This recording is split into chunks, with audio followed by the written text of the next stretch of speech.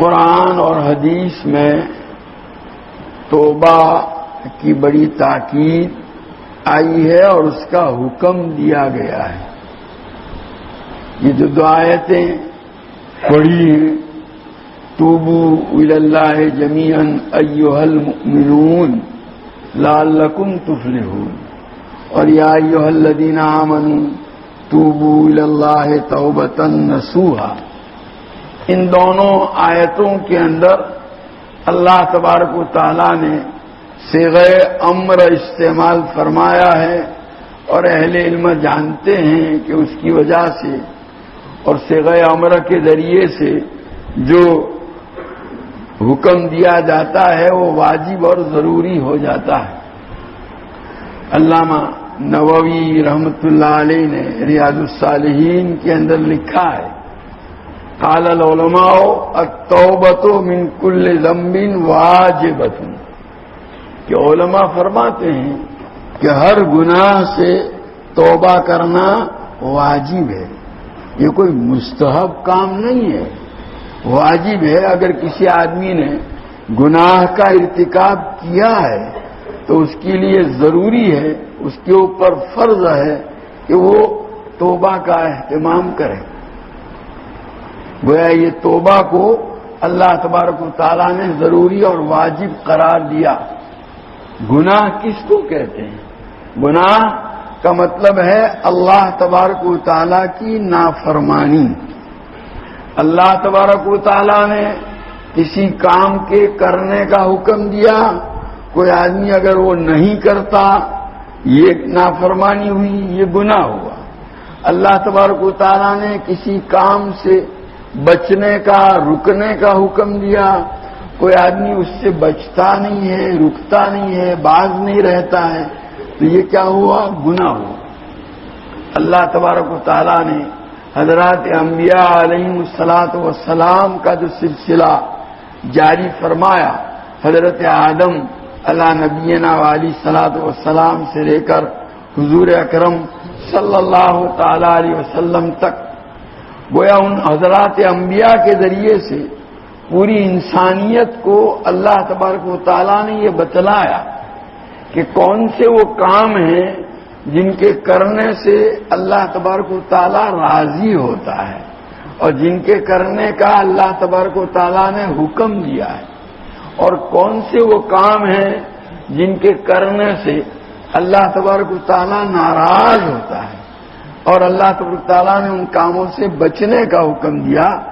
یہ حضرات انبیاء علیہ الصلاۃ والسلام کی بعثت کا جو ایک سلسلہ جاری اللہ تبارک و تعالیٰ نے فرمایا نبی کریم صلی اللہ علیہ وسلم کی ذات بابرکات تک، اس کا مقصد ہی یہ تھا کہ چونکہ بندوں کو پتہ نہ چلتا کہ کون سے کام سے اللہ راضی ہوتے ہیں، ہم اپنے جیسے ایک انسان کے متعلق نہیں کہہ سکتے، میں ان کے متعلق نہیں کہہ سکتا اپنی گویا عقل سے یا گویا اپنی سوچ سے نہیں معلوم کر سکتا کہ کون سے کام سے یہ خوش ہوں گے اور کون سے کام سے ناراض ہوں گے. جب ایک انسان اپنے جیسے انسان کے متعلق یہ پتہ نہیں چلا سکتا بغیر اس کے بتلائے ہوئے کہ وہ کون سی چیز سے راضی ہوتا ہے، کون سی چیز سے ناراض ہوتا ہے، تو پھر اللہ تعالیٰ کی رضامندی اور ناراضگی، اللہ کن کاموں سے راضی ہوتے ہیں، کن کاموں سے ناراض ہوتے ہیں، جب تک کہ اللہ تعالیٰ بتلائیں گے نہیں وہاں تک کیسے پتہ چلے گا. اور اسی چیز کو بتلانے کے لیے اللہ تبارک و تعالیٰ نے حضرات انبیاء علیہ الصلوۃ والسلام کو بھیجا اور انسانیت کو گویا آگاہ کیا گیا کہ دیکھو فلاں فلاں کام کرو، اگر تم یہ کرو گے تو میں راضی ہوں گا اور تم سے راضی ہو کر جنت میں بھیجوں گا، اور اگر تم فلاں فلاں کام سے بچو، اگر کرو گے تو میں ناراض ہوں گا اور جہنم کے عذاب سے واسطہ پڑے گا تم کو. تو بہرحال یہ حضرات انبیاء علیہ الصلوۃ والسلام کا یہ سلسلہ اور قرآن میں باقاعدہ جگہ جگہ پر مختلف حضرات انبیاء علیہ الصلوۃ والسلام کی بعثت اور ان کی قوم کی طرف بھیجے جانے کا اللہ تعالیٰ نے تذکرہ فرمایا اور ان کی قوم کا ان کی دعوت کے اوپر انکار کرنا، ان کی مخالفت کرنا، ان کی عداوت اور دشمنی پر اتر آنا اور اللہ کی نافرمانی اور گناہ سے باز نہ آنا، اس کا یہ تفصیلی تذکرہ قرآن کے اندر ہے۔ اور بڑی بڑی قومیں اس دنیا کے اندر گزری ہیں۔ قوم عاد خود باری تعالیٰ کہ لم یخلق مثلھا فی البلاد، قرآن میں اللہ تعالیٰ خود جس قوم کے متعلق یہ جملہ ارشاد فرماوے کہ روئے زمین پر ایسی قوم دوسری پیدا نہیں کی گئی تھی، اس سے ان کی طاقت کا اور ان کی گویا خوبیوں کا، صلاحیتوں کا اندازہ لگایا جا سکتا ہے کہ کیسے ہوں گے، کیسی ترقی یافتہ اور مہذب قوم ہوگی۔ ہر اپنے اپنے زمانے میں بڑی ترقی یافتہ اور مہذب قومیں تھیں، لیکن انہوں نے اللہ تعالیٰ کے حکم کو توڑا، نافرمانی کی، اللہ کی ناراضگی والے کام کیے، اور باوجود تنبیہ کیے جانے کے اور ان کو بتلائے جانے کے اپنی حرکتوں سے باز نہیں آئے، پھر اللہ تعالیٰ نے ان کو ہلاک کر دیا۔ کوئی یہ نہ سمجھے کہ میں اللہ تعالیٰ کے مقابلے میں اپنے آپ کو چھڑوا سکوں گا، کوئی بھی اللہ کی گرفت سے اپنے آپ کو بچا نہیں سکتا۔ یہ قوم عاد پر اللہ تعالیٰ نے ہوا کا عذاب ایسا بھیجا کہ وہ بڑے بڑے ڈیل والے تھے، اونچے پورے، ہوا نے ان کو اٹھا کر ایسا پٹکا جیسے کہ طوفان کے اندر بڑے بڑے درخت اکھاڑ دیے جاتے ہیں اور ان کے تنے جو ہے زمین کے اوپر پچھاڑے جاتے ہیں، اس طرح اللہ نے ان کو برباد کیا۔ قوم سمود جو ہے، جو ان کو اپنی ترقی کے اوپر ناز تھا، پہاڑوں کو کاٹ کر کے اس کے اندر مکانات بنایا۔ آج بھی جائیے سعودیہ میں مدائن صالح جا کر کے آپ دیکھیں گے تو ان کے ان مکانوں کو دیکھیں گے تو حیرت ہوتی کہ اس زمانے میں جبکہ ایسے حالات بھی نہیں تھے، انہوں نے کس طرح یہ پہاڑوں کو کھود کر کے مکانات بنائے ہوں گے، لیکن ان کو بس جو ہے انہوں نے اللہ تعالیٰ کے حکم کی نافرمانی کی، اللہ نے ان پر عذاب بھیجا، ایک چنگاڑ ایسی کہ وہ اپنے گھروں ہی کے اندر بیٹھے بیٹھے اس چنگاڑ کی وجہ سے ان کی کلیجے پھٹ گئے، ختم ہو گئے۔ حضرت نوح علیہ نبینا علیہ الصلوۃ والسلام کی قوم، انہوں نے نافرمانی کی، اللہ نے پانی کا عذاب بھیجا سیلاب کی شکل کے اندر اور اس میں وہ ہلاک و برباد ہوئے۔ حضرت لوط علیہ نبینا علیہ الصلوۃ والسلام کی قوم، وہ جن گناہوں میں مبتلا تھی، اللہ تعالیٰ نے ان کی پوری بستی کو زمین سے حضرت جبریل کے ذریعے سے اکھاڑ کر اوپر لا کر پھر وہاں سے الٹ کر کے پھینکا گیا اور ان کے اوپر جو ہے پتھر برسائے گئے۔ اسی طریقے سے حضرت شعیب علیہ نبینا علیہ الصلوۃ والسلام کی قوم ناپ تول میں کمی کرتی تھی، ایمان نہیں لائی تو ان پر عذاب آیا کہ 7 دن تک ایسی سخت گرمی پڑی کہ سارا پانی تالاب، چشموں اور سب کا خشک ہو گیا، کنوؤں کا، اور گرمی کی وجہ سے بالکل عاجز اور بے چین ہو گئے۔ اس کے بعد ایک بادل آیا، اس بادل کو دیکھ کر وہ یوں سمجھے کہ پانی برسائے گا، سب یہ سوچ کر کے کہ پانی برسے تو ہمارے اوپر برسے، اس بادل کے نیچے آئے، اللہ تبارک تعالیٰ کی طرف سے اس میں سے آگ برسائی گئی۔ بخاری شریف میں روایت ہے، حضرت عائشہ رضی اللہ تعالیٰ عنہ فرماتی ہے کہ نبی کریم صلی اللہ تعالیٰ علیہ وسلم جب کوئی ہوا تیز چلتی تھی تو آپ کے چہرے کا رنگ بدل جاتا تھا، گھبرا جاتے تھے، پتہ نہیں کیا ہوگا۔ بادل کو دیکھتے تھے تو نبی کریم صلی اللہ علیہ وسلم گھبرا جاتے تھے اور ایک طبیعت پر بے چینی کی سی کیفیت طاری ہو جاتی تھی۔ حضرت عائشہ رضی اللہ تعالیٰ عنہ فرماتی میں نے عرض کیا کہ اللہ کے رسول، لوگ بادل دیکھ کر کے خوش ہوتے ہیں کہ بارش لائے گا، اور میں دیکھتی ہوں کہ آپ بادل کو دیکھ کر کے گھبرا جاتے ہیں۔ حضور صلی اللہ علیہ وسلم نے فرمایا اے عائشہ، اس بات کا کیا اطمینان ہے کہ یہ بادل بارش لے کر کے آ رہا ہے؟ ایک قوم نے کہا تھا ھذا عارض ممطرنا، یہ بادل آ رہا ہے، وہ برسائے گا، حالانکہ اس میں اللہ کا بھیجا ہوا عذاب تھا۔ تو بہرحال یہ بڑی بڑی قومیں تھیں جن کو اپنی تہذیب پر، اپنی ترقی کے اوپر، اپنے اسباب اور آلات کے اوپر بڑا فخر اور غرور تھا۔ نبیوں کو جھٹلایا، ان کو احمق قرار دیا، لیکن بہرحال جو ہے وہ اللہ کے عذاب سے اپنے آپ کو بچا نہیں سکے۔ قرآن میں یہ قصے اللہ تبارک تعالیٰ نے جگہ جگہ بیان کیے۔ قرآن قصے کہانی کی کتاب نہیں ہے، وہ تو عبرت کے لیے بیان کیے گئے ہیں۔ وہ اللہ تبارک تعالیٰ بتانا چاہتے ہیں، کسی کو یہ خیال نہ ہو کہ میں اپنے آپ کو اللہ کی گرفت سے بچا لے جاؤں گا۔ تو بہرحال یہ گناہ میں عرض کر رہا تھا کہ گناہ جو ہے یہ بڑی خطرناک چیز ہے، اللہ کی نافرمانی۔ ظاہر الفساد فی البر والبحر بما کسبت ایدی الناس لیذیقہم بعد الذی عملوا لعلہم یرجعون۔ باری تعالیٰ فرماتے ہیں کہ سمندر میں اور خشکی کے اندر جو ہے فساد پھیل گیا لوگوں کی کرتوتوں کی وجہ سے۔ اللہ تعالیٰ چاہتے ہیں، اللہ تعالیٰ نے ان کے کرتوتوں کا تھوڑا سا مذاق چکھایا تاکہ وہ اپنی ان حرکتوں سے باز آئیں۔ کبھی اللہ تعالیٰ موقع بھی دیتے ہیں ایسا، یہ بھیج کر کے گویا وارننگ دی جاتی ہے کہ دیکھو اگر باز نہیں آؤ گے معاملہ آئندہ خطرناک ہے۔ بہت سے سمجھدار ہوتے ہیں، وہ توبہ کر لیتے ہیں۔ تو بہرحال یہ دنیا کے اندر جتنی بھی خرابی ہے وہ سارا فساد گناہوں کا ہے۔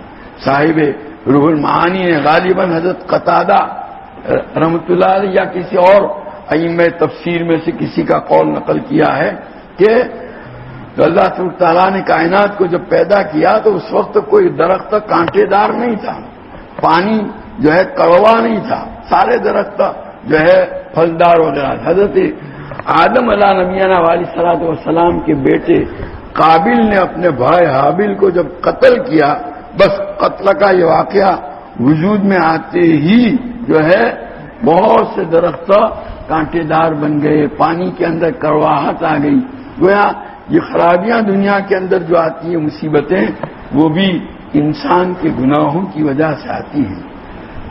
اسی لیے حدیث میں آتا ہے نبی کریم صلی اللہ تعالی علیہ وسلم نے ایک مرتبہ ایک جنازہ دیکھا، فرمایا مستریحون او مستراحون، یا تو خود دنیا کی مصیبتوں سے نجات پا کر کے جا رہا ہے یا لوگوں کو اس کے گناہوں کی وجہ سے آنے والے مصائب سے نجات ملی۔ جو گنہگار آدمی ہوتا ہے اس کے گناہوں کے نتیجے میں جو خرابیاں آتی ہے، جانور بھی اس کے لیے لعنت بھیجتے ہیں کہ اس کی وجہ سے ہمیں مصیبت میں گرفتار ہونا پڑا، تو وہ مستراح گویا اس کے جانے سے لوگوں کو خس کم جہاں پاک جیسا معاملہ ہو جاتا ہے۔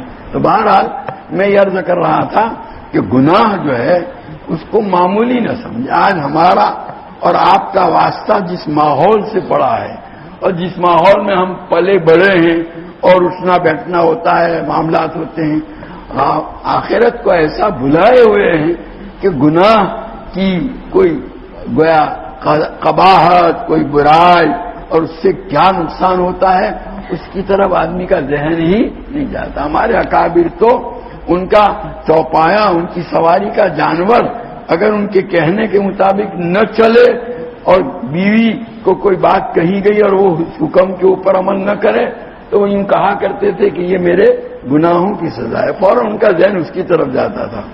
اور ہمارا حال تو یہ بڑے بڑے مصائب آتے ہیں تو بھی کبھی بھولے سے ہمیں خیال نہیں آتا کہ ایک ہماری گناہوں کی وجہ سے ہو سکتا ہے۔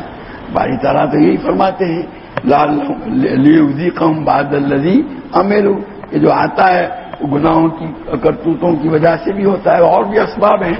بہرحال میں یہ ذکر رہا ہوں کہ امام نووی رحمۃ اللہ علیہ فرماتے ہیں قال العلماء التوبۃ من کل ذنب واجبۃ، ہر گناہ سے توبہ کرنا کیا ہے؟ واجب۔ یہ آیتیں جو آپ کے سامنے پڑھی گئی، توبو الی اللہ جمیعا یا ایھا الذین آمنوا توبوا الی اللہ توبۃ نصوحا، اور خود نبی کریم صلی اللہ علیہ وسلم فرماتے ہیں حضرت اغر مزنی والی روایت کے اندر یا ایھا الناس توبوا الی اللہ واستغفروہ، یہاں پر بھی حکم دیا گیا، اور خود نبی کریم صلی اللہ علیہ وسلم نے اپنا معمول بتلایا۔ ابو ہریرہ رضی اللہ تعالیٰ عنہ کی جو روایت بخاری سے، واللہ انی لا استغفر اللہ واتوب الیہ فی الیوم اکثر من 70 مرۃ، کہ اللہ کی قسم میں اللہ سے استغفار کرتا ہوں اور توبہ کرتا ہوں ایک دن میں 70 سے زیادہ مرتبہ۔ نبی کریم صلی اللہ تعالی علیہ وسلم تو معصوم تھے، قد غفر اللہ لک ما تقدم من ذنبک وما تأخر، اللہ نے آپ کو یہ بشارت سنا دی تھی کہ اللہ نے آپ کی اگلی پچھلی خطائیں معاف کر دی، اس کے باوجود آپ استغفار و توبہ کا اہتمام فرما رہے ہیں۔ کیا ہے؟ اس کی اہمیت بتلانے کے لیے، امت کی تعلیم کے لیے، امت کو بتلانے کے لیے کہ بھئی یہ کتنا ضروری کام ہے۔ گویا یہ توبہ اور استغفار جو ہے وہ ہماری زندگی کا ایک حصہ ہونا چاہیے۔ ہمارے اکابر نے لکھا ہے کہ آدمی جن اعمال کے اوپر مداومت کا اہتمام کرے اور روزانہ جس کا اس کو اہتمام کرنا چاہیے، اس میں سے ایک یہ بھی ہے۔ کیا ہے؟ توبہ اور استغفار۔ اور اس کی وجہ سے آدمی اللہ کی گرفت اور پکڑ سے بھی اپنے آپ کو بچا لیتا ہے۔ ما کان اللہ لیعذبہم وہم یستغفرون۔ اللہ قرآن میں اللہ تعالیٰ نے فرمایا کہ نبی جب تک آپ کی ذات ان کے درمیان میں موجود ہے عذاب نہیں آ سکتا، اور جب تک وہ اپنے گناہوں سے استغفار کرتے رہیں گے تب بھی ان پر عذاب نہیں ہے۔ گویا اللہ کے عذاب سے امان اور بچانے والی دو چیزیں تھی، ایک تو نبی کریم صلی اللہ علیہ وسلم کی ذات بابرکات کا وجود، اور دوسرا استغفار۔ اب آپ صلی اللہ علیہ وسلم تو دنیا سے تشریف لے گئے، لیکن استغفار ایک ایسا عمل موجود ہے جو جس کے ذریعے سے آدمی اپنے آپ کو اللہ کی گرفت سے عذاب سے بچا سکتا ہے۔ تو بہرحال میں یہ عرض کر رہا تھا کہ توبہ جو ہے وہ بڑی اہمیت رکھتی ہے، اور توبہ کی وجہ سے اللہ تعالیٰ خوش بھی بہت ہوتے ہیں۔ دنیا کا دستور تو یہ ہے کہ بھئی کسی ماتحت نے کوئی نافرمانی کا کام کیا ہو تو وہ معافی مانگنے کے لیے آتا ہے تو بڑا جلدی سے اس کو موقع بھی نہیں دیتا اپنے ناراضگی کے نتیجے۔ لیکن اللہ تعالیٰ کی شان جو ہے رحمت دیکھے، یا عبادی الذین اسرفوا لا تقنطوا من رحمت اللہ ان اللہ یغفر الذنوب جمیعا۔ اے میرے وہ بندو جنہوں نے گناہ کر کے اپنی جانوں کے اوپر زیادتی اور ظلم کیا ہے، اللہ کی رحمت سے مایوس نہ ہونا، اللہ تعالیٰ سارے گناہوں کو معاف۔ یہ شیطان جو ہے نا، یہ کی اس کے جو مختلف چالیں ہیں، اس کے جو مختلف دھوکے ہیں اور مکائد ہیں، ان میں سے ایک بڑی چال یہ بھی ہے کہ وہ گنہگار کے دل کے اندر مایوسی پیدا کرتا ہے، اس کے دل میں یہ خیال ڈالتا ہے کہ میں تو بہت بڑا گنہگار، میں نے تو اتنے سارے گناہ کیے ہیں، بھلا میری کیا مغفرت ہو سکتی ہے۔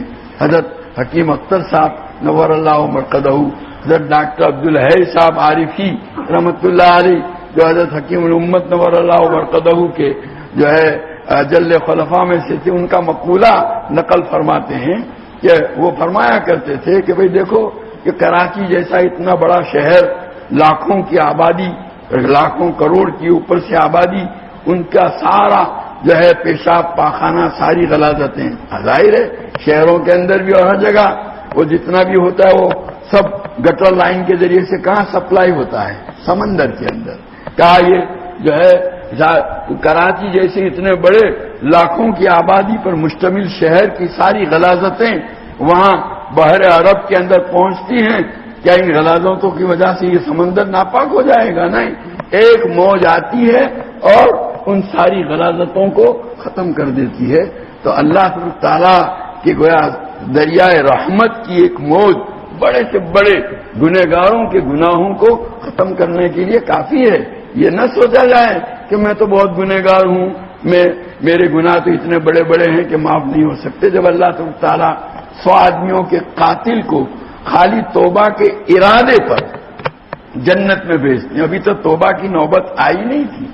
ایک حدیث میں بخاری شریفی کی روایت ہے کہ ایک مرتبہ ایک آدمی جو ہے جس نے 99 قتل کیے تھے، اور اس کو خیال آیا کہ بھائی اب میرے لیے کیا ہے، میں کچھ لوگوں سے پوچھا کہ میں کس سے معلوم کروں، ایک عابد کا حوالہ دیا، وہ عابد تھا، عالم نہیں تھا، بہرحال تو اس سے جا کر کے پوچھا کہ میرے لیے توبہ ہے، میرے سے اتنے قصور ہوئے ہیں۔ اس نے کہا ارے 99 قتل کیے، تیری توبہ کی کیسی سوال نہیں پیدا ہوتا۔ اس نے کہا کہ اچھا پھر ایک اور صحیح، اس کو بھی نہیں بچا لیا۔ اس کے بعد پھر خیال آیا، کسی نے پتہ بتایا ایک عالم کا، وہاں جاؤ ذرا۔ وہ اس نے کہا کہ بھائی دیکھو فلانی نیک لوگوں کی بستی ہے، تم وہاں پہنچ جاؤ، ان کے درمیان میں رہو، ہو سکتا ہے کہ اس کی برکت سے اللہ تبارک تعالیٰ تمہیں توبہ کی توفیق اور اس کی قبولیت نصیب فرمائے۔ بہرحال جو ہے وہ اس کے مشورے کے مطابق اس بستی کی طرف جانے کے لیے روانہ ہوا۔ ابھی راستے میں تھا، بخاری شریف کی روایت ہے، راستے میں تھا کہ اس کا موت کا وقت آ گیا، فرشتوں نے جو ہے اس کی روح قبضہ کر لی۔ اب روح قبضہ کرنے کے بعد اس کو جنت میں لے جائیں یا جہنم میں؟ تو رحمت اور عذاب کے فرشتوں میں نزاع ہوا۔ رحمت کے فرشتے کہنے لگے کہ وہ تو توبہ کے ارادے سے جا رہا تھا، گویا اللہ کی رحمت کا مستحق ہو چکا ہے، اور عذاب والے فرشتے کہتے تھے کہ ابھی وہاں پہنچا تھوڑا ہے، توبہ تھوڑی کی ہے اس نے۔ تو بہرحال ان دونوں میں نزاع ہوا۔ ادھر اللہ تعالیٰ نے جو ہے ایک فرشتے ہی کو ان کے پاس بھیجا اور انہوں نے اس کو اپنا حکم بنایا۔ اس نے کہا ایسا کرو، زمین ناپ لو، جہاں سے نکلا ہے وہاں سے یہ مسافت، اور یہاں سے لے کر وہ بستی جہاں جا رہا تھا وہ مسافت، دونوں میں جو زیادہ ہو، جس سے زیادہ قریب ہو اس کے مطابق معاملہ کیا جائے۔ تو ویسے تو وہ بیچ ہی میں تھا، لیکن اللہ تعالیٰ نے اس بستی کو جو جس کی طرف جا رہا تھا اس کو حکم دیا ذرا تو قریب ہو جائے اس کی، کیونکہ مقربین کی بستی تھی، اور جو ہے وہ بستی جہاں سے نکلا تھا وہ گنہگاروں کی بستی تھی، اس کو کہا ذرا تو دور ہو جا۔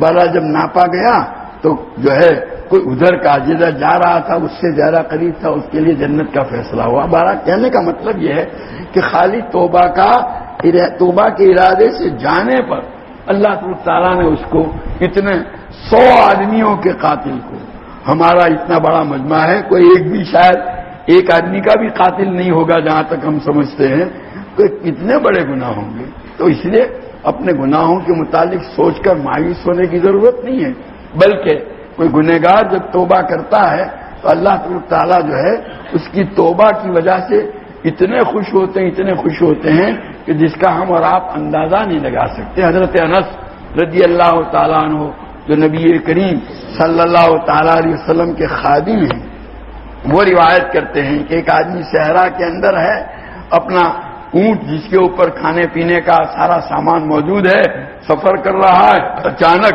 اس کا اونٹ جو ہے وہ گم ہو گیا۔ اب وہاں اور کوئی ہے ہی نہیں، نہ آدم ذات۔ تو بہرحال جو ہے اس نے اپنے اونٹ کو تلاش کیا، اس لیے کہ اس کی کھانا پینا اور ساری ضروریات اسی کے اوپر تھی کہ اگر یہ ملے گا تو ٹھیک ہے، ورنہ تو میری تو موت ہے۔ باوجود جستجو اور تلاش کے جب نہیں ملا تو اس کی طرف سے مایوس ہو گیا، اور مایوس ہو کر یہ سمجھ کر کہ اب تو یہ ملے گا نہیں اور پانی اور کھانا نہ ہونے کی وجہ سے اب میری موت یقینی ہے، ایک درخت کے سائے میں جا کر کے یہ سوچ کر لیٹ گیا کہ اب یہی میری موت آئے گی۔ ابھی لیٹا ہوا ہے، اچانک لیٹے لیٹے اس نے دیکھا کہ اس کا اونٹ اس کے قریب ہے۔ بس اس اونٹ کو دیکھ کر مارے خوشی کے وہ اللہ کا شکر ادا کرنا چاہتا تھا، تو اس کے لیے اس کی زبان سے یہ کلمات نکلے، اللہم انت عبدی وانا ربک، کہ اللہ آپ میرے بندے اور میں آپ کا رب۔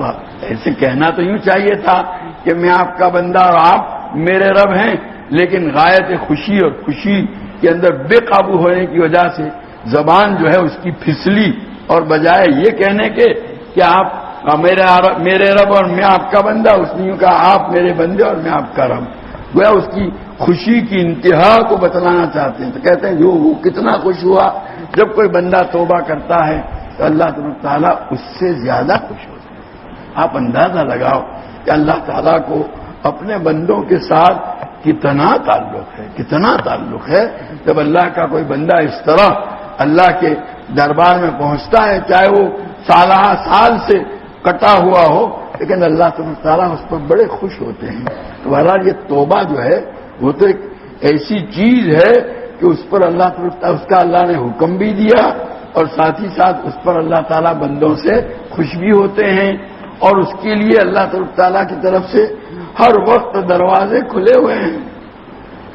دنیا کے حاکموں کا حال تو یہ ہوتا ہے کہ دن میں ان کا دربار آفس کھلا ہوا ہوتا ہے، رات میں بند، رات میں آپ جائیں گے تو ملاقات نہیں ہو پائے گی، لیکن اللہ کے دربار میں تو آپ 24 گھنٹے میں سے جب چاہیں جائیں اور جا کر کے اپنی عرضی پیش کر دیجئے ہر وقت۔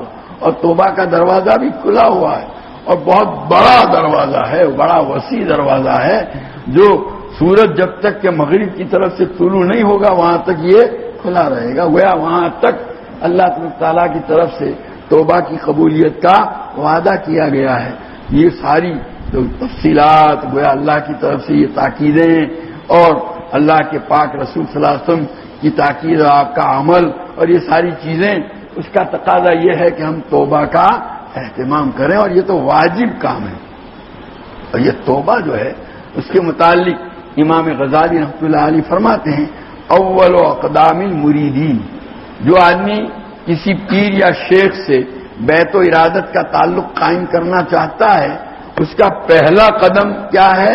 توبہ۔ گویا ہم تقوی کے راستے پر جب چلنا چاہتے ہیں تو ہمارے تقوی کی شروعات کیسے ہوگی؟ توبہ سے ہوگی۔ پہلے ان گناہوں سے اپنے آپ کو پاک کر دو۔ گویا یہ توبہ یہ پہلا قدم ہے اس راہ کا۔ اب یہاں آئے ہیں اللہ کو راضی کرنے کے لیے، تو گویا یہ پہلے قدم جو ہے اس کا ہمیں خصوصیت کے ساتھ کیا کرنا چاہیے؟ اہتمام کرنا چاہیے۔ توبہ کیا ہے؟ تو توبہ جو ہے تاب یتوب، یہ عربی زبان کا لفظ ہے جس کا ترجمہ ہوتا ہے لوٹنا۔ تاب یتوب کا معنی لوٹنا، واپس آنا۔ اب عربی زبان کے اندر جو افعال ہوتے ہیں، صیغے ہوتے ہیں، اس کے ساتھ جو صلہ استعمال کیا جاتا ہے حروف کی شکل میں، ان صلوں کے بدلنے کی وجہ سے اس کے معنی میں بھی بڑی تبدیلی آ جاتی ہے۔ تو تابہ کا صلہ جب الہ آئے گا اس کا مطلب یہ ہے کہ بندہ اللہ تعالی کی طرف لوٹا۔ توبو الی اللہ جمیعا ایھا المؤمنون، یا ایھا الذین آمنوا توبوا الی اللہ توبۃ نصوحا، اے ایمان والو سب کے سب اللہ تعالی کی طرف لوٹو۔ بندہ گناہ کر کے گویا اللہ کی سے ہٹ گیا تھا، اب وہ گناہ چھوڑ کر اللہ کی اطاعت اور فرما برداری اختیار کر کے دوبارہ اللہ کے پاس کیا ہو رہا ہے؟ حاضر ہو رہا ہے، لوٹ رہا ہے۔ اس لیے اس کو کیا کہتے ہیں؟ توبہ۔ اور بندے کے اس عمل کے لیے توبہ کے ساتھ لفظ الہ کو استعمال کرتے ہیں، اور توبہ کا صلہ الا بھی آتا ہے۔ اللہ تعالی کی طرف جب یہ توبہ والے صیغے کی نسبت کی جاتی ہے تو اس کا صلہ الا، اس کا مطلب یہ ہوتا ہے کہ اللہ تعالیٰ نے توبہ کی توفیق عطا فرمائی، اس کی توبہ کو اللہ تعالیٰ نے قبول فرمایا۔ وہاں بھی لوٹنے والا معنی ہے، جیسے بندہ معصیت اور نافرمانی والی زندگی سے لوٹ کر اطاعت اور فرما برداری والی زندگی میں آتا ہے، تو گناہ کی وجہ سے اللہ تعالیٰ نے اس کو اپنی رحمت سے دور کر دیا تھا، اپنی رحمت سے محروم کر دیا تھا۔ اب جب توبہ کرے گا اللہ تعالیٰ دوبارہ اس کے ساتھ رحمت کا اور مہربانی کا معاملہ فرمائیں گے۔ تابہ علیہ، وہ اللہ تعالیٰ اس پر کیا ہوا؟ مہربان ہوا۔ یہاں توبہ اللہ تعالیٰ کی صفاتی ناموں میں سے کہ تواب، بندے کے لیے بھی لفظ تواب استعمال کیا جاتا ہے۔ حدیث میں آتا ہے کلکم خطاؤن وخیر الخطائین التوابون، تم میں سے ہر ایک خطا کار ہے، گناہ گار ہے، گناہ کا ساتھ اس سے صدور ہوتا ہے، اور بہترین گنہگار وہ ہے جو کثرت سے توبہ کرنے والا ہو۔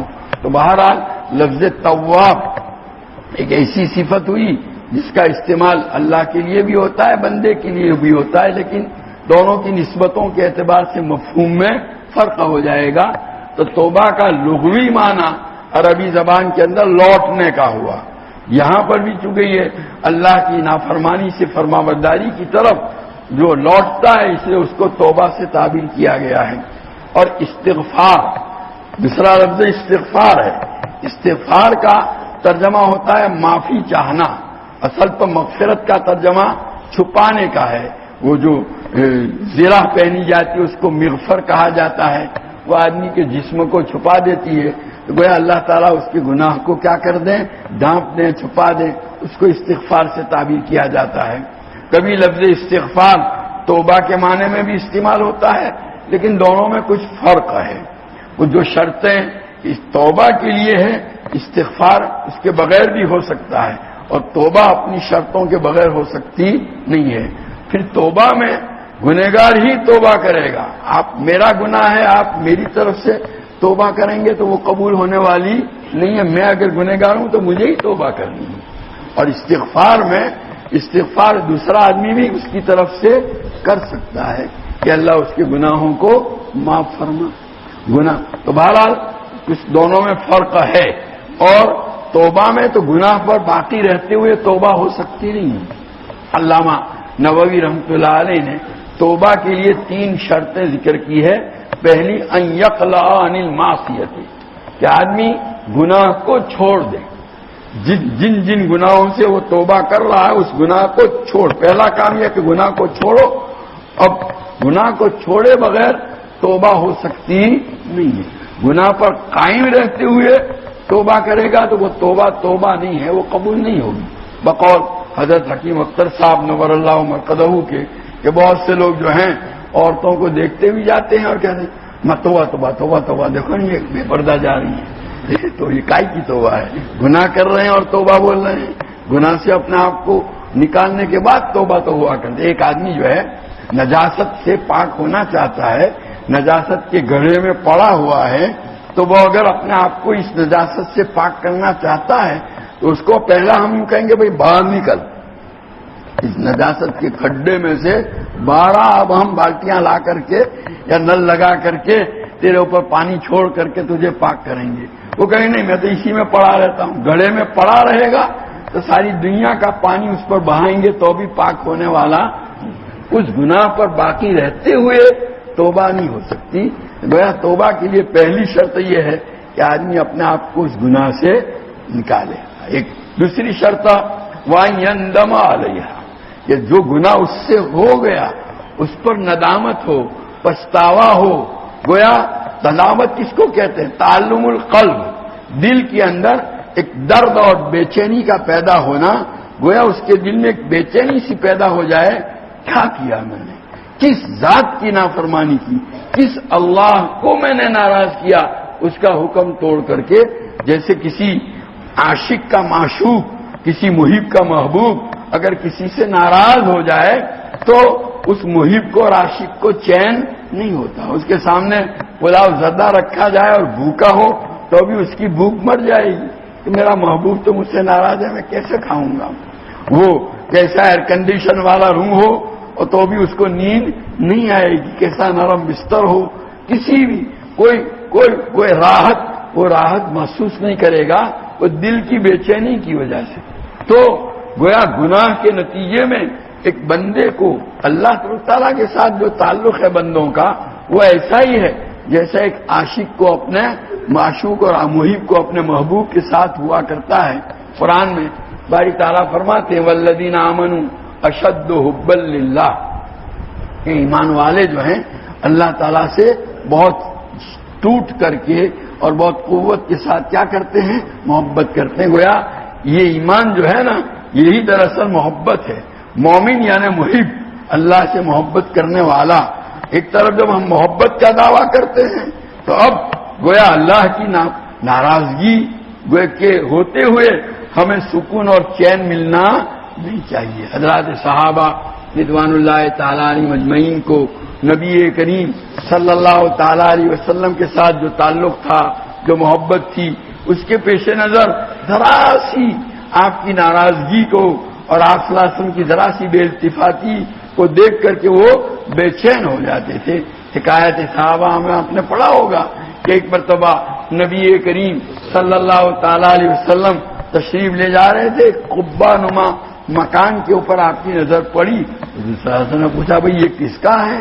بتایا گیا فلانے کا ہے, ان صحابی کا نام لے کر. خیر اس کے بعد جب آپ دوسرے دن آپ مجلس میں تشریف فرما تھے, وہی صحابی جن کے متعلق بتایا گیا تھا کہ ان کا مکان ہے وہ آئے, نبی کریم صلی اللہ علیہ وسلم کو سلام کیا, حضور صلی اللہ علیہ وسلم نے ان کی طرف سے رخ پھیر لیا, سلام کا جواب نہیں دیا. بس بے چین ہو گئے, دوسروں سے پوچھ رہے بھائی کیا بات ہے, میں حضور صلی اللہ علیہ وسلم کو ناراض دیکھ رہا ہوں, میری کوئی شکایت حضور تک پہنچی, آپ کے علموں میں کچھ ہے؟ لوگوں نے بتایا بھائی کل ایسا ہوا تھا کہ آپ کے مکان کے پاس سے نبی کریم صلی اللہ علیہ وسلم کا گزر ہوا اور اس وقت حضور نے پوچھا تھا کہ یہ کس کا ہے؟ لوگوں نے بتلایا آپ کا ہے. بس آ گئی بات سمجھ میں. اسی وقت گئے اور اس مکان کو ڈھا دیا. لیکن ڈھانے کے بعد بھی آ کر کے یہ نہیں کہہ رہے ہیں کہ اللہ کے رسول آپ کے دل میں جو کانٹا تھا, جو پھانس تھی, وہ میں نے نکال دی. ہم تو احسان دھریں گے, ہمارا حضرت آپ کو بہت تکلیف پہنچی تھی لیکن الحمدللہ وہ میں نے دور کر دیا. وہ حضرت پر کیا رکھتے ہیں؟ احسان رکھتے ہیں. نہیں کہ حضرات صحابہ رضوان اللہ تعالی علیہم اجمعین کا ادب تو عجیب اور غریب ادب تھا. ہم اور آپ تو اس کا تصور بھی نہیں کر سکتے. تو بہرحال خیر اس تفصیل میں ابھی نہیں جاتا. تو انہوں نے آ کے بتلایا بھی نہیں کہ میں نے اس قبے کو گرا دیا, بلکہ کچھ دنوں کے بعد جب نبی کریم صلی اللہ علیہ وسلم کا وہاں سے گزر ہوا دوبارہ, تو آپ نے پوچھا بھئی یہاں پہلے قبہ نما مکان تھا, کیا ہوا؟ تب لوگوں نے بتلایا کہ وہ صاحب مکان دوسرے روز آپ کی مجلس میں حاضر ہوئے تھے, سلام کیا آپ نے, ان کے ساتھ بے رخی اور ناراضگی کا جو معاملہ فرمایا بس, اور ان کو پتا چلا اسی وقت آ کر کے اس کو ڈھا دیا. گویا ایسی بے چینی کہ اس کے بغیر چین نہ آئے. حضرت عبداللہ ابن مسعود رضی اللہ تعالیٰ عنہ فرماتے ہیں ذوالحجرتین ان لوگوں ان صحابہ میں سے ہیں جنہوں نے حبشہ کی بھی ہجرت کی تھی, مدینہ منورہ کی بھی. فرماتے ہیں وہ پہلے حبشہ اور وہاں سے مدینہ منورہ حضور صلی اللہ علیہ وسلم کی خدمت میں حاضر ہوئے. تو جس زمانے میں وہ ہجرت کر کے حبشہ گئے تھے, اس زمانے میں نماز کے دوران جو ہے ضروری بات چیت کرنے کی اللہ تعالیٰ کی طرف سے اجازت تھی. کوئی سلام کرتا تو سلام کا جواب بھی دینے کی اجازت تھی. یہ سارے مسئلے ان کے ذہن میں تھے. اب ان کے وہ حبشہ کے قیام کے دوران یہ حکم کیا ہو گیا؟ منسوخ ہو گیا, اور نماز کے اندر ضروری بات چیت کرنے کی اجازت ختم کر دی گئی. سلام کا جواب دینے کی اجازت باقی نہیں رہی. ان کو معلوم نہیں تھا. بہرحال وہ جب حبشہ سے پھر ہجرت کر کے مدینہ منورہ آئے تو فرماتے ہیں کہ میں جب پہنچا تو اس وقت نبی کریم صلی اللہ علیہ وسلم نماز کی حالت میں تھے اور میں نے کیا سلام. ان کو وہی پرانی بات یاد تھی کہ نماز ہو تو بھی سلام کر سکتے ہیں اور سلام کا جواب ملے گا. اب انہوں نے سلام کیا, ان کو معلوم نہیں تھا, اور حضور نے سلام کا جواب نہیں دیا. بس وہ جو حضور نے جواب, آپ نے تو اس لیے جواب نہیں دیا کہ آپ نماز کے اندر تھے اور اللہ کی طرف سے اس کی ممانت آ گئی تھی, لیکن ان کو معلوم نہیں تھا. یہ کہتے ہیں پورا میرا اگلا پچھلا پورا ڈیٹا میرے نگاہوں کے سامنے گھوم گیا. تو کیا ہوا, کیوں آخر حضور صلی اللہ علیہ وسلم نے میرے سلام کا جواب نہیں دیا؟ یہاں تک کہ جب حضور صلی اللہ علیہ وسلم نے اپنی نماز سے سلام پھیرا, اس کے بعد آپ نے فرمایا کہ اللہ تعالیٰ جیسا چاہتے ہیں اپنے حکموں کو بدلتے ہیں. پہلے نماز کے اندر سلام کا جواب دینے کی اجازت تھی, اب نہیں رہی, اس لیے میں نے آپ کے سلام کا جواب نہیں دیا. پھر آپ نے ڈالا, تب ان کے گویا ہوش میں ہوش آیا, بے چینی دور ہوئی. تو محبت کا جو تعلق ہوتا ہے ایک بندے کو اللہ تبارک تعالیٰ کے ساتھ جو محبت ہے, اس کا تقاضا یہ ہے کہ اللہ کی نافرمانی کرنے کے بعد اس کے دل میں کوئی چین آنا نہیں چاہیے. اور ویسے بھی گناہ کی خاصیت ہے کہ گناہ جو ہے نا وہ ایک طرح کی آگ ہے, آگ. تو آدمی جب گناہ کرتا ہے تو جب تک کہ وہ اپنے آپ کو اس گناہ سے نکالے گا نہیں اور توبہ نہیں کرے گا, وہاں تک دل میں کیا رہے گی؟ بے چین. بذکر اللہ تطمئن القلوب, اللہ کے ذکر سے. ذکر کا حقیقی معنی یہی ہے کہ آدمی ہر وقت اللہ کی کیا کرے؟ اطاعت اور فرما برداری کرے. تو اللہ کی اطاعت اور فرما برداری ہی میں سکون اور چین ہے. اللہ کی نافرمانی کی وجہ سے کبھی سکون اور چین نہیں آئے گا. یہ دنیا میں جتنے بھی ہیں, بڑے بڑے مالدار ہوں, ملینر ہوں, ٹریلینر ہوں, اور ان کے پاس بڑے بڑے بنگلے ہوں, بڑی بڑی فیکٹریاں ہوں, کاریں ہوں, سب کچھ ہے دنیا کے ظاہری اعتبار سے سارے اسباب راحت ہیں, پھر بھی ان کے دل کے اندر تو بے چینی ہی ہے. ان کو راتوں کو نیند نہیں آتی. نیند لانے کے لیے ان کو ٹیبلٹ استعمال کرنی پڑتی ہے. تو معلوم ہوا کہ یہ اصل چین اور سکون کا تعلق کس سے ہے؟ اللہ تعالیٰ کی ذات کے ساتھ جو تعلق ہے. تو آپ کا دل, اگر آپ اللہ کی اطاعت اور فرما برداری میں ہیں تو دل کو سکون ہوگا, چاہے آپ کے پاس کوئی بنگلہ نہ ہو, کوئی کار نہ ہو, کوئی جو ہے بینک بیلنس نہ ہو, کچھ نہ ہو, اور چاہے عمدہ غذا نہ ہو, سوکھی روٹی اور چٹنی ہو, تو اس پر بھی آپ کو سکون اور چین حاصل ہوگا. تو حقیقت تو یہی ہے کہ گناہ کرنے والا کبھی قلبی اور دلی اعتبار سے سکون اور چین پا سکتا نہیں ہے, وہ بے چین ہی رہے گا. دنیا کے سبھی لوگوں سے آپ مل کر کے دیکھ لو نا, ان کے حالات معلوم کر لو, اندرونی آپ کو پتہ چلے گا، واقعات اسی کی شہادت دیتے ہیں۔ تو بہرحال کہنے کا حاصل یہ ہے، میں یہ عرض کر رہا تھا کہ گویا ویسے بھی گناہ کیا خاصہ یہ ہے کہ وہ آدمی کے دل کے چین کو چھین لیتا ہے۔ تو اگر تعلق اور محبت کی وجہ سے وہ چین و سکون چھن جائے اور پھر وہی تعلق اور محبت اس کو دوبارہ جو ہے اس گناہ سے ہٹا کر کے اللہ کی اطاعت اور فرمانبرداری کا ذریعہ بن جائے، تو اس سے بڑی بات اور کیا ہوگی۔ وہی اسی کو کہا تھا کہ بھئی وہ ان یندم علیہا، ندامت گویا بے چینی ہو، وہاں یازم ازمن جازمن اللہ یعود الیہ، اور پختہ ارادہ کرے کہ اس گناہ کی طرف دوبارہ لوٹے گا۔ گویا توبہ میں یہ تین، توبہ کے وقت دل میں یہ دوبارہ یہ گناہ میں مر جاؤں گا تو بھی، دیکھو توبہ کے وقت یہ پختہ ارادہ ہونا چاہیے۔ بعد میں آدمی اپنی گویا کمزوری کی وجہ سے اور پڑی ہوئی عادت کی وجہ سے غیر اختیاری طور پر نہ چاہنے کے باوجود جو ہے نادانستہ طور پر اس سے وہ گناہ ہو گیا، تو اس گناہ کا بعد میں اس طرح ہو جانا، یہ پہلے والی جو توبہ تھی اس کے راہ میں رکاوٹ نہیں، وہ توبہ اپنی جگہ پر پختہ توبہ ہے۔ بعض لوگوں کے اس میں اشکال ہوتا ہے کہ بھئی بعد میں گناہ ہوتے ہیں، بعد میں گناہ ہوتے ہیں تو پھر یہ توبہ کیسی؟ نہیں، جس وقت آپ توبہ کر رہے ہیں آپ کا ارادہ یہی ہے کہ میں مر جاؤں گا تو ابھی اللہ کی نافرمانی نہیں کروں گا، اس گناہ کا ارتکاب نہیں کروں گا، بس توبہ ہو گئی اور گناہ معاف ہو گئے۔ اب تائب من الذنب کمن لا ذنب لہ، کہ جو آدمی گناہ سے توبہ کرتا ہے ایسا ہے جیسے کہ اس کا کوئی گناہ ہی نہ ہو، تو گناہ معاف ہو گیا۔ اب بعد میں پھر دوبارہ اگر وہ ہو جاتا ہے تو پھر دوبارہ توبہ کر لیجیے، توبہ تو بار بار کی جاتی ہے۔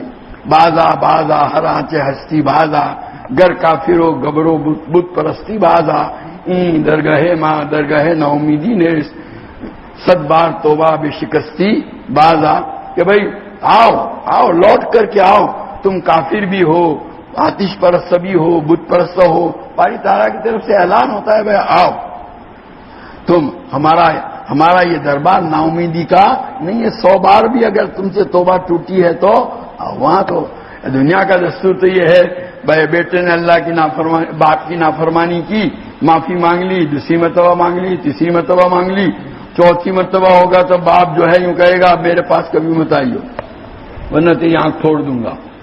وہاں 3-4 مرتبہ کے بعد باپ بھی جو ہے ہاتھ جھاڑ لیتا ہے، لیکن اللہ کا بندہ جو ہے اللہ کے دربار میں 100 مرتبہ بھی جاوے گا تو اللہ تعالیٰ اس کو وہاں سے واپس نہیں کریں گے۔